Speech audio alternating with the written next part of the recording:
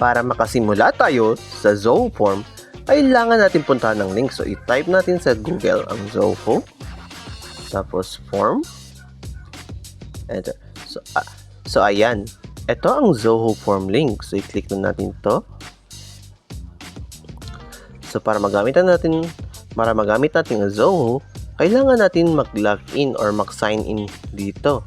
So, dito, ang normal na pag-sign in sa Zoho form. Pero para mas madali, pwede natin gamitin ang Google account, Facebook, LinkedIn, Twitter, at Microsoft account natin kung meron. Pero gagamitin ko ang Google account. So, ayan. Gagamitin ko ang Errol Infante account ko.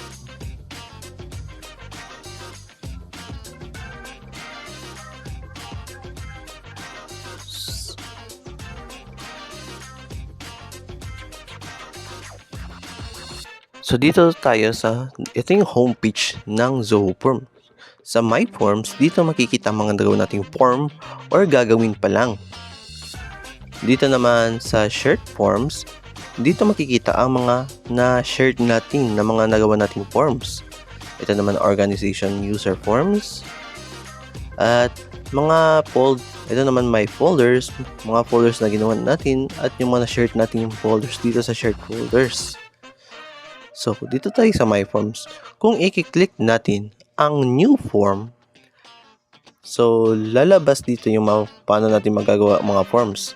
Yung kung gagawa ba tayo create from scratch using standard form or card form. Kung i-click natin itong use template, so lalabas yung mga ready na mga forms. So what we will need to do now is just to edit the forms. So yan, madami talaga tayong magagawa sa Zoho. For example, kung i-click yung order form, so ito na. Ready na siya agad. So, konting adjustment na lang kung gagamitin natin itong template. Pero, sa araw na ito, ay gagawa tayo from scratch. So, ito, click natin ang new form. So, dito tayo sa create from scratch. Gagamitin natin ang standard. So, type natin ng title ng form natin. So, how about feedback feedback survey. Tapos, click natin create. Standard to, so then click create. So, wait lang tayo ng konti.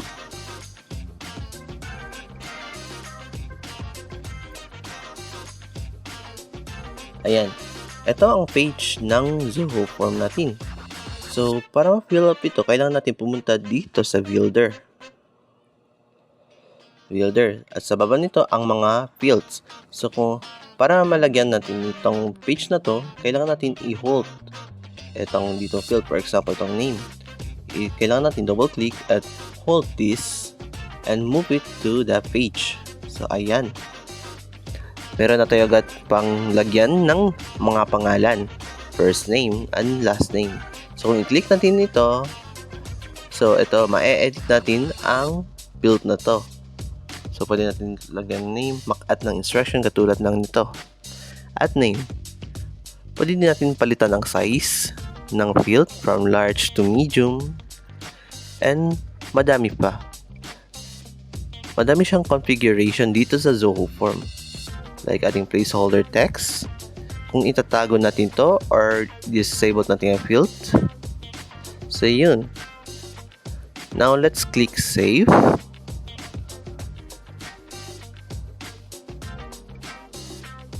So, ayan na.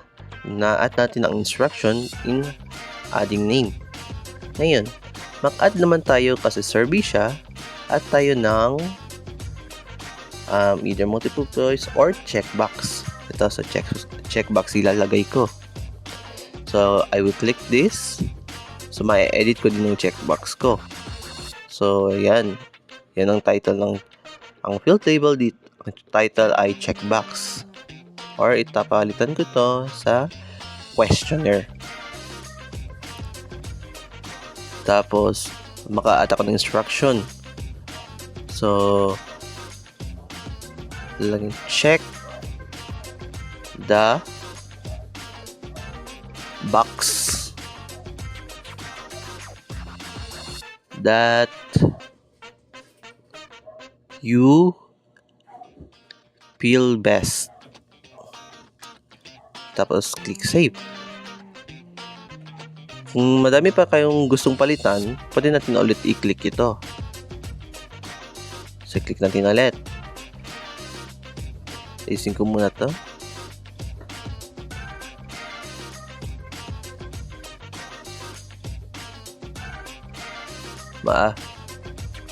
Kung gusto natin mag-add ng bagong choice, maaari nating i-click lang itong plus. So, ayan. May additional choice na tayo from 3 choices. Lagyan ko dito 4 choice. Tapos, dito naman, maaari natin magbigay instruction kung ilang answers ang ma-check nila from minimum to maximum.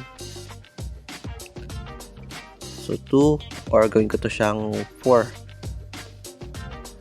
Ayun. Tapos, dito sort of choices and mandatory.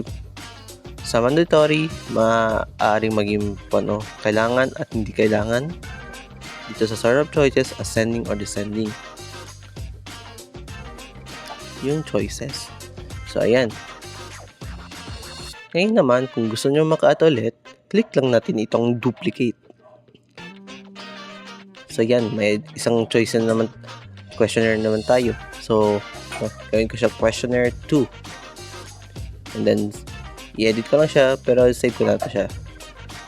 So, meron natin questionnaire 1, questionnaire 2. Ngayon naman, maka-add ako ng kasi survey siya, maka-add ako ng rating. So, yan. Ngayon, i-click natin ito siya para ma-edit. So, palitan ko yung title niya. Rating the service. Tapos, instruction.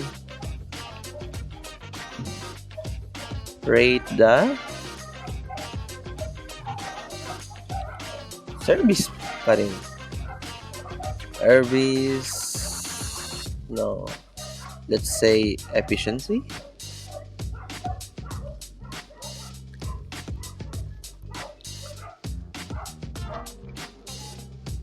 Tapos save.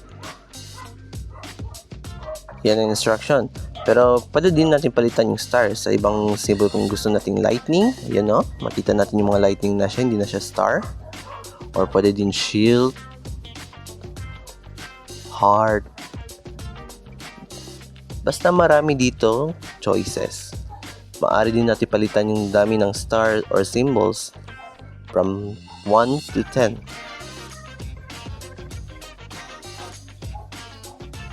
Tapos click save.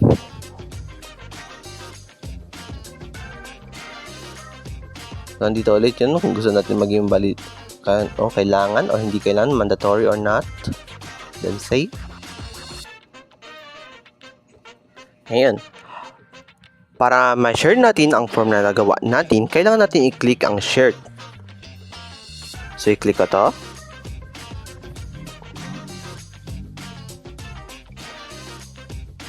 So, hintayin lang natin. So, ayan. Sa pag-click pa lang natin sa new form, meron na tayo agad na link para sa form na ginawa natin. So, i-copy-paste ko to. Tapos, paste.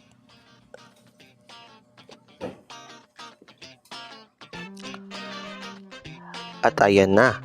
Ito na ang form na ginawa natin kanina.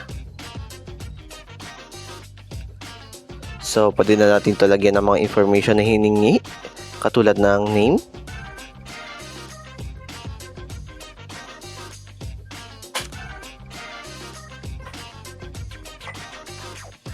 tapos mga sagot dito sa questionnaire, first choice, second choice, second questionnaire, first choice, second choice, third choice, at fourth choice kung gusto ko, or yung sa tingin ko, at yung rating ng service.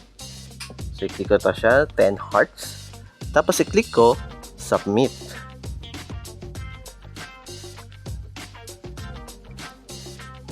At pagkatapos ng submit, nasend na lahat ng information na ibibigay ko sa form na ginawa natin.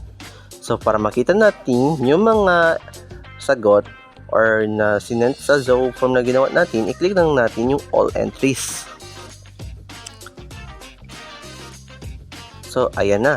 Ito na yung mga sagot na sinend ko kanina. So, ito na names ko, yung mga answer ko sa questionnaire at questionnaire 2, yung ratings, at yung time kung kailan ko sinagot. Kung i-click ko to, mas organized yung information na pinapakita. Click lang. At yan na. Ang mga information.